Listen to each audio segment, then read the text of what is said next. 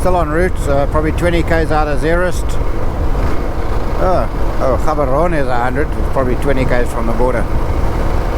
That's nice to know. 100 k's to Gabs.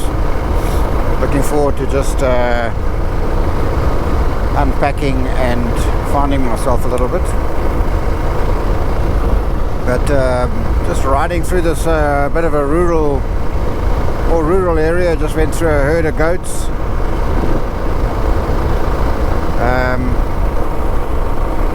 So immediately, you know, you just feel a calm. It's just a much slower pace. So kind of making me think when I'm in Rwanda and Ziza,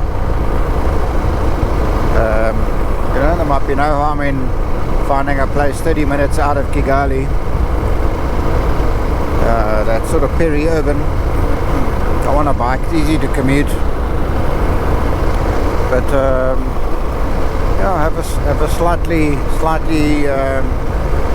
country kind of lifestyle than a, you know, place in the city lifestyle. We'll have to see.